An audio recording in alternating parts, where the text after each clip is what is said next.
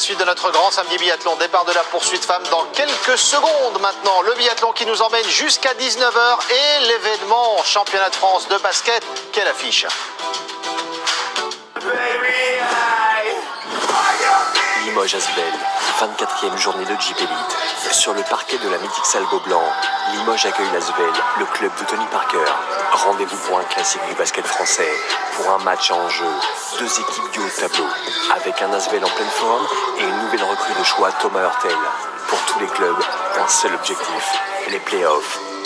Limoges-Asvel, 24e journée de Jeep Elite. Ce soir 19 h en direct sur la chaîne L'équipe. Benoît Cosset, toute l'équipe basket, donc 19 h pour cette grande affiche. Marie, quelques secondes avant le départ de la poursuite femme. Je vais voir si Thierry Lecoff elle a toujours son chewing-gum à la fin de la course. Ça m'interpelle. L'histoire du chewing-gum de Thierry Lecoff, on vous expliquera ça dans le débrief. Tiens, mais pour l'instant, la course, oh que ça souffle, départ dans 15 secondes, Anne-Sophie Alexis. On le voit effectivement se vend dans les cheveux blonds de Marte Olsbourg-Heuseland avec son dossard 14 qui partira avec 47 secondes de retard sur Thierry Lecoff, moins de 5 secondes avant le départ de la leader du classement général.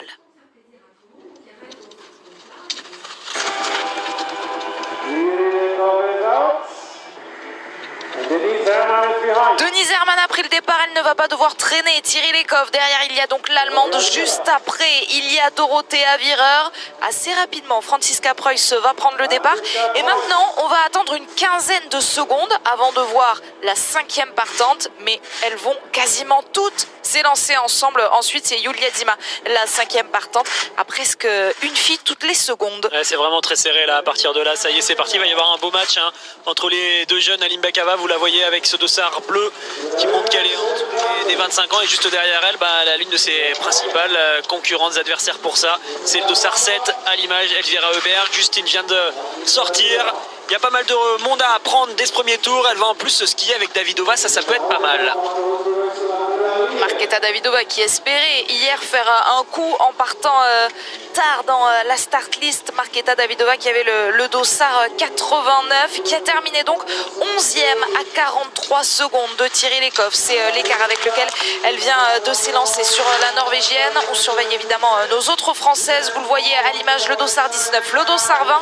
Anaïs Chevalier-Boucher et Julia Simon sont partis avec 1 minute 09 de retard sur Lecoff. Elles sont parties dans le groupe de Tendrevol, ça c'est intéressant, ça va peut-être les aider pour trouver le bon rythme dans le premier tour. Elle est en forme en ce moment, Tendrevol, donc ça peut être pas mal et ça va être intéressant de regarder le dossard 15 sur cette course. Idalienne, elle qui est pour l'instant un peu la moins forte des 3-4 norvégiennes qu'on surveille.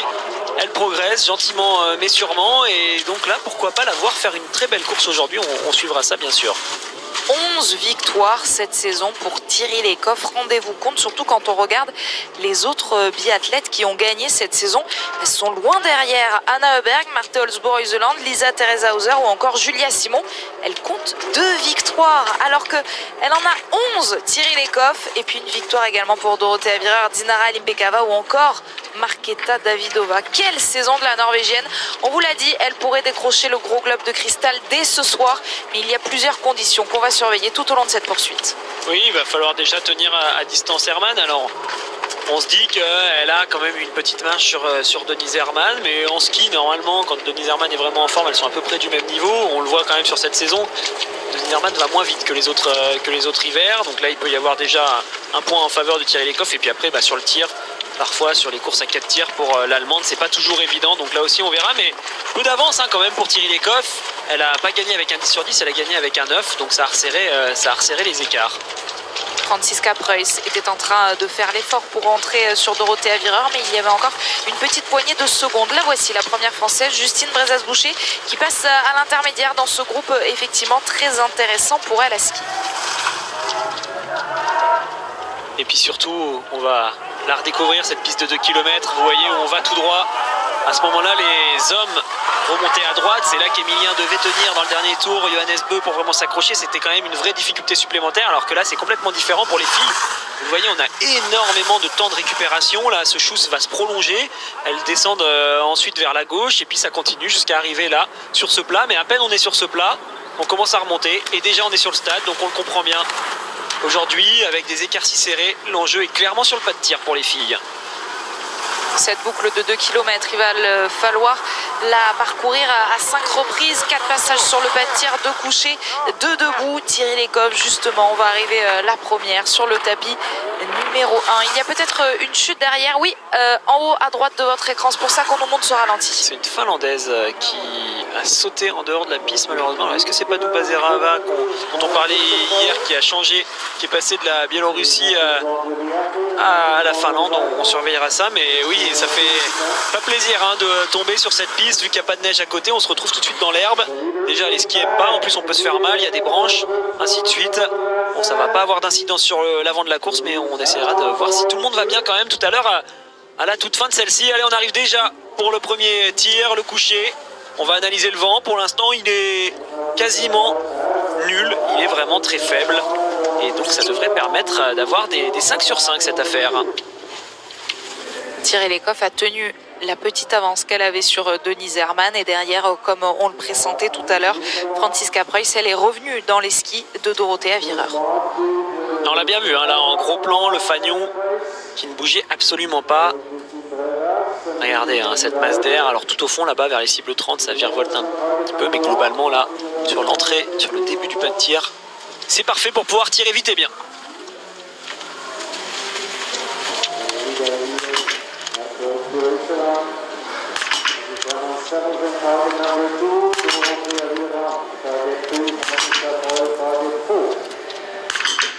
Vite et bien, consigne respectée pour Thierry Lecoff, en tout cas assez précise pour pouvoir ressortir encore une fois en tête.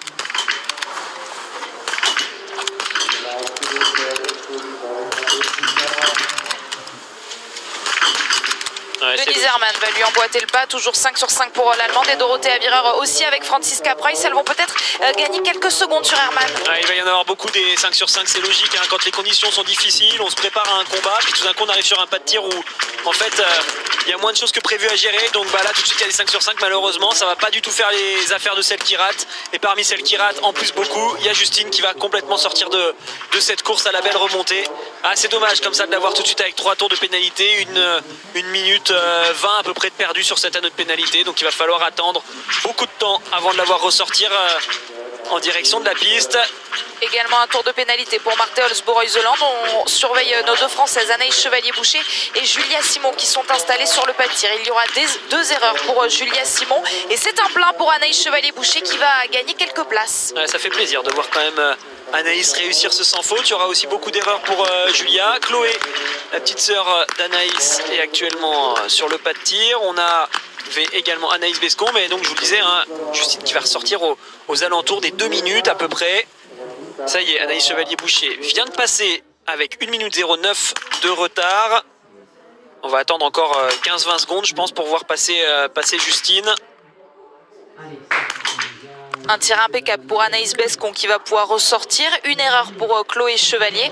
Et à droite de votre écran, on surveille la 6e et dernière Française engagée dans cette poursuite. Il s'agit de Lou Jean Monod qui réalise le plein. Ouais, c'est chouette de la voir comme ça réussir tout de suite. Alors c'est sûr que quand on regarde ces poursuites, les start list au début avant la course, on privilégie toujours cette option favorable de la remontée, mais on peut aussi très vite dégringoler complètement dans une poursuite. C'est ce qui vient de se passer donc pour Justine qui était 12e et qui vient de ressortir à 1,47, 32e de ce premier tir qui a été vraiment rude pour elle. Lou vient de ressortir 37e, Chloé 39e et Julia, elle est ressortie 34e. Pendant ce temps-là, elle a repris du temps sur tout le monde. Thierry Lecoff est donc seul en tête avec 17 secondes d'avance. Ouais, et on l'a vu, Alexis, celles qu'on voit à l'image, elles ont toutes fait un 5 sur 5 et c'est finalement sur leur rapidité à tirer que Dorothea Virer et Franziska Preuss ont pu revenir sur Denise Herrmann. C'est vrai que Denise Herrmann a fait un tir plus lent que toutes les autres. Alors on rappelle le passif pour ceux qui ne les connaissent pas de chacune. On a vraiment 2 biathlètes avec les 2 dernières de ce groupe, Preuss et Virer. Par contre Denise Herrmann, elle vient du ski de fond, elle est arrivée plus tard et donc tous ces mécanismes d'installation et tout ça, elle les a moins automatisés on va dire, et donc forcément si elle veut faire un beau tir, elle est obligée d'accepter de perdre un peu plus de temps certaines fois, et c'est ce qui s'est passé sur ce tir pour elle où elle a pris beaucoup plus de temps que les autres pour tirer. Je vais aller regarder justement les temps de tir. Par exemple, on va aller chercher celui de Dorothea Wierer qui est en général assez rapide. Alors même si là elle essaye de jouer, elle a tiré en 28 secondes par exemple. Dorothea Wierer, c'est le temps de tir également de Julia Simon. Et si je vais chercher l'allemande, il va falloir que je descende beaucoup plus loin. C'est 34 secondes pour Denise Herrmann. Donc oui, presque 10 secondes de gagné pour l'italienne par rapport à l'allemande, rien que sur la vitesse de tir.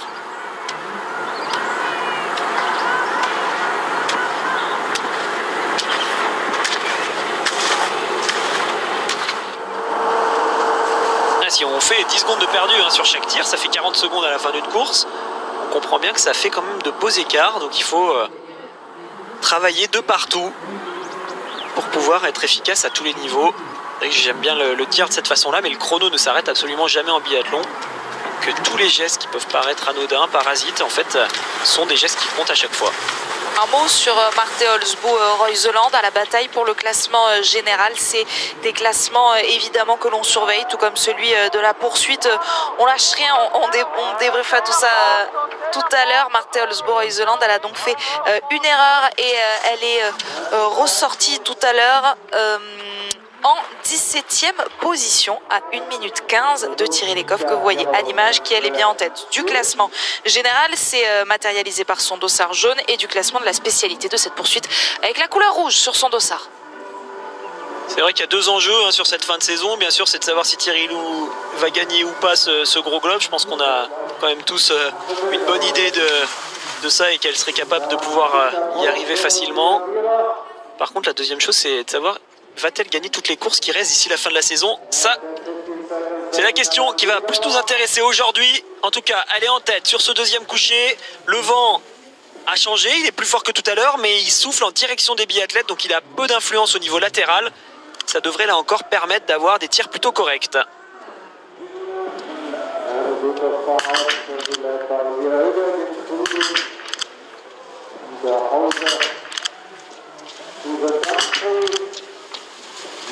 Bon, une balle perdue en bas, celle qu'elle a ratée est assez loin en bas. Pour le reste, c'est bien dans la cible. Elle a un anneau de pénalité à faire. Elle peut malgré tout ressortir au contact de ses filles si elle réussit un 5 sur 5.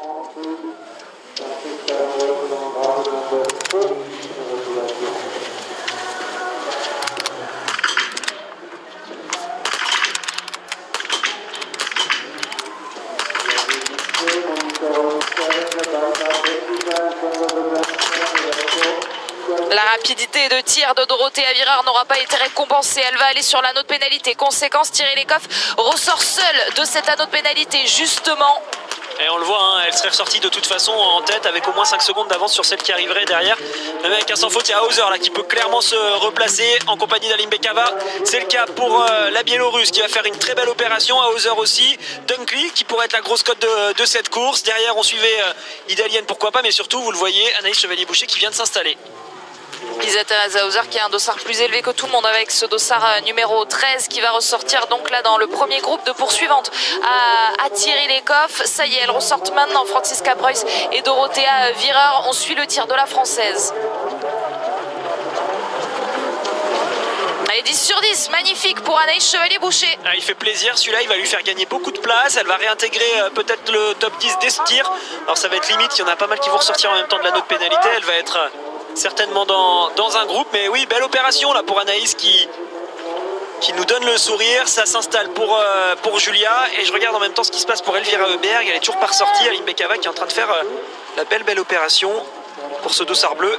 Tout pile 10e pour Anaïs Chevalier.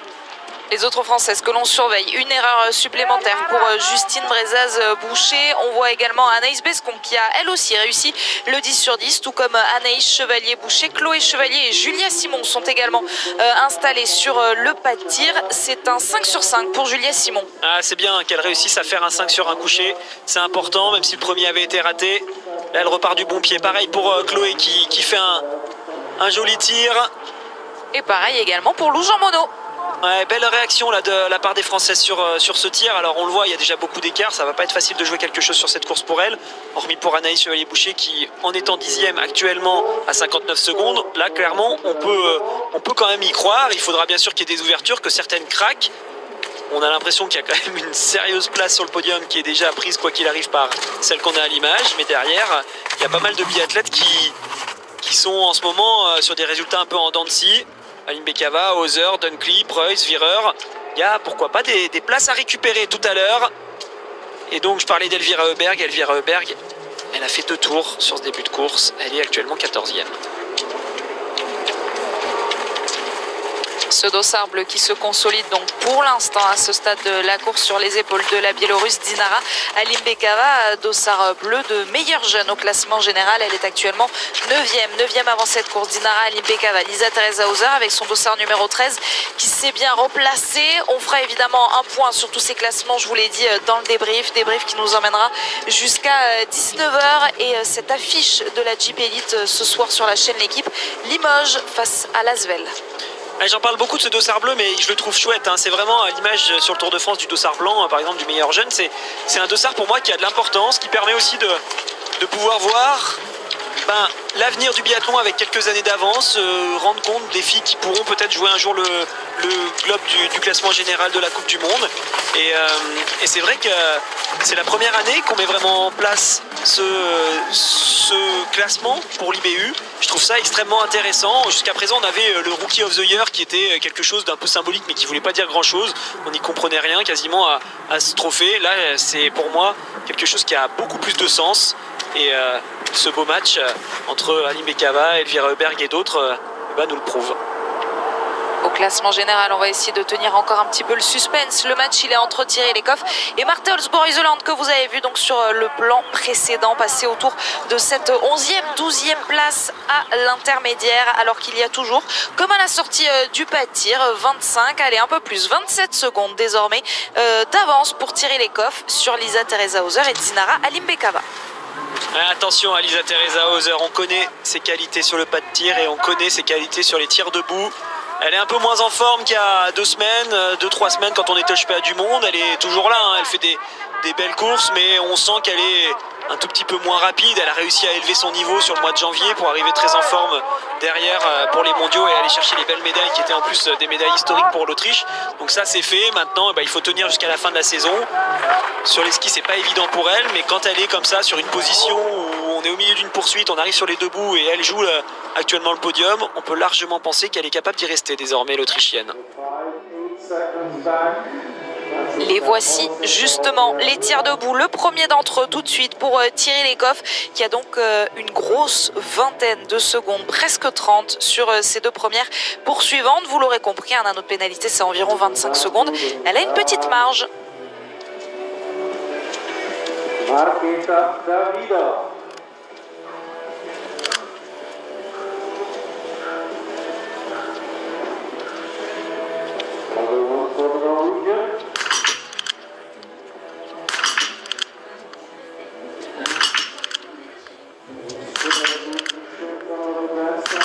Elle ne l'utilise même pas, ce joker. Thierry Lecoff ressort en tête. Vraiment un beau tir. En plus, les 2 premières, le canon tremblait un tout petit peu. Elles sont sur la gauche, mais il y a quand même beaucoup de marge. Et puis les 3 dernières, par contre, sont vraiment bien au milieu de la cible. Bravo, la Thierry Lecoff pour l'instant, qui est clairement, encore une fois, au-dessus du lot.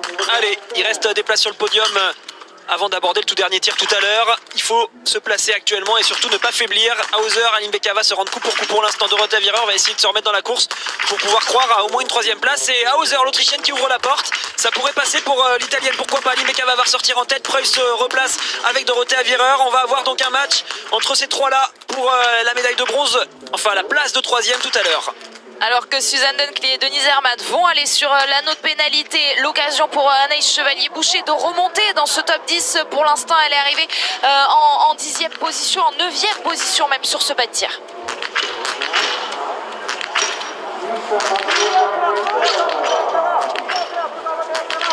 Une erreur pour Anaïs Chevalier-Boucher, un beau 14 sur 15 quand même sur ses 3 premiers tirs. C'est Marte Holzboe-Iseland donc qui va pouvoir remonter dans ce fameux top 10. Oui, elle est frustrante quand même cette balle, parce qu'on le voit bien, si elle était ressortie juste derrière Davidova, après tout peut se passer sur un dernier tir quand on est comme ça au contact.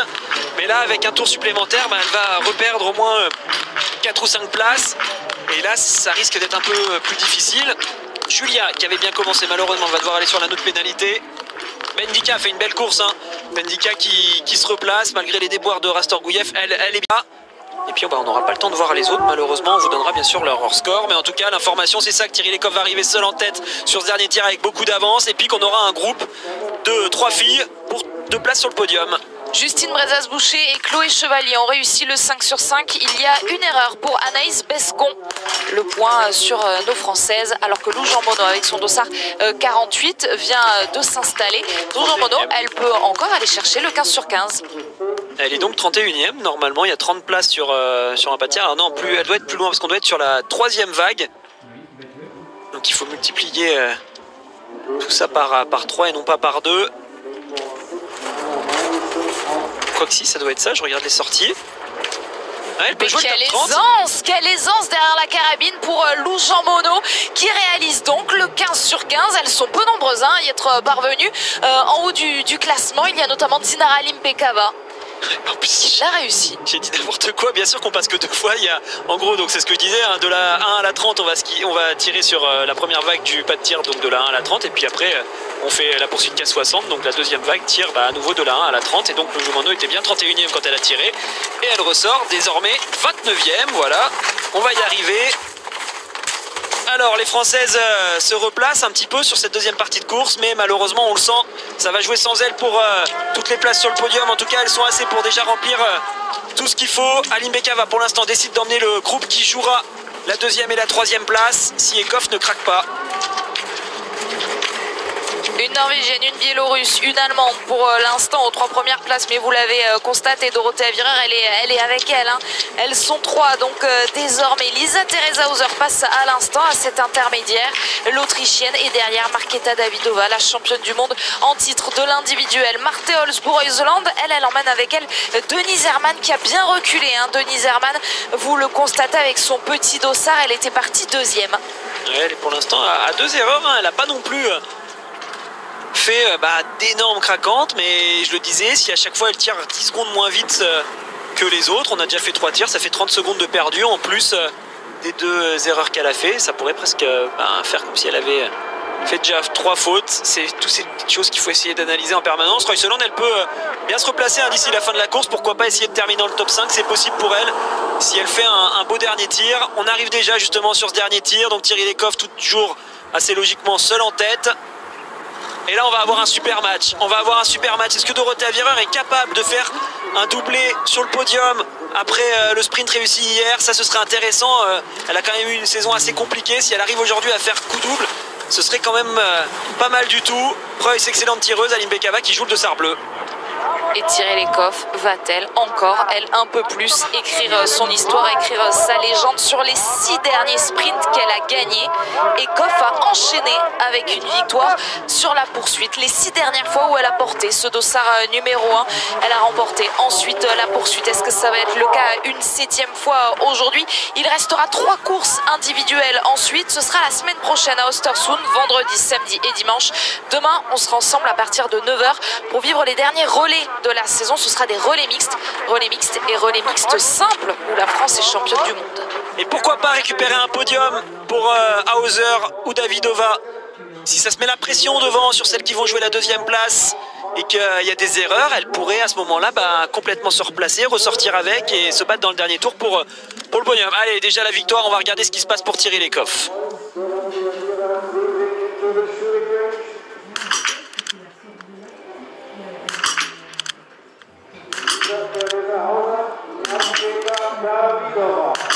Et de 7, c'est incroyable pour Thierry Lecoff qui va une nouvelle fois aller chercher la victoire. Le staff norvégien peut s'en féliciter. 19 sur 20, elle va aller gagner cette course. Bravo Thierry Lecoff qui rehausse en ce moment clairement le niveau là sur cette Coupe du Monde. Elle met une sacrée claque à tout le monde sur la période actuelle. Elle est vraiment au-dessus du lot. Allez, bataille pour la 2e place et la 3e place. Qui va sauter pour le podium? Est-ce qu'elles vont ressortir à 3? Est-ce qu'elles vont laisser une porte ouverte pour celles qui arrivent derrière?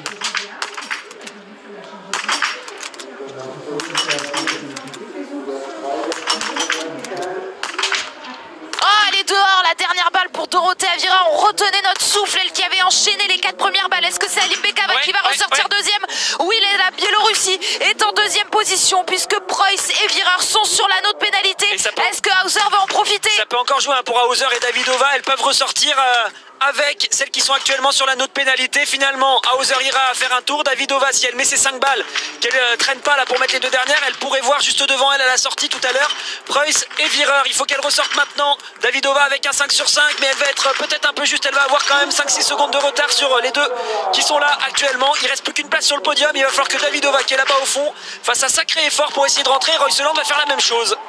Marte Holzboe-Royseland qui va bien se replacer là aux portes de ce top 5. C'est Marketa Davidova qui va ressortir en 5e place. Marte Holzboe-Royseland 6e, mais vous le voyez hein, à 1 seconde à peine d'écart. Le magnifique tir d'Anaïs Chevalier-Boucher qui va lui permettre elle aussi de pouvoir espérer terminer dans ce top 10. Ouais, elle va se battre pour ce top 10. Effectivement, elle a mis du temps à tirer Davidova.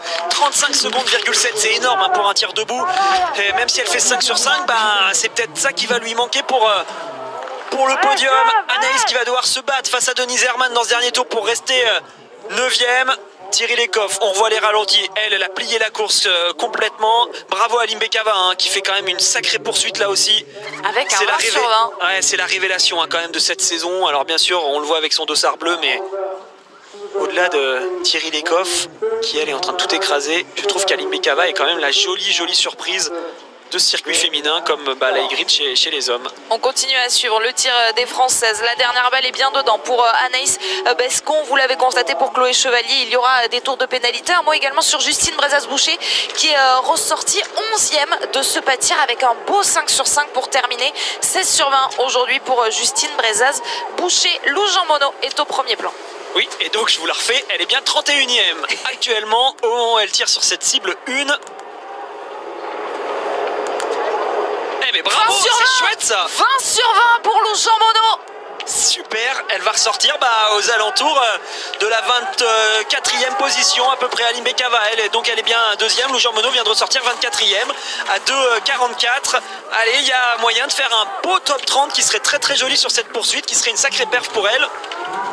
Et elle signe le 3e 20 sur 20 à peine de cette course. Alors elles sont 26 à être sorties de ce pâtir. Est-ce que ça va tenir? Pour l'instant elles sont donc 3 et elle l'a réussi, Lou Jean Monod. Et c'est pas fini pour le podium, vous l'avez vu, ça revient fort derrière. Elles sont pas encore sur la 3e place les deux là, car derrière on a Royseland, on a Davidova.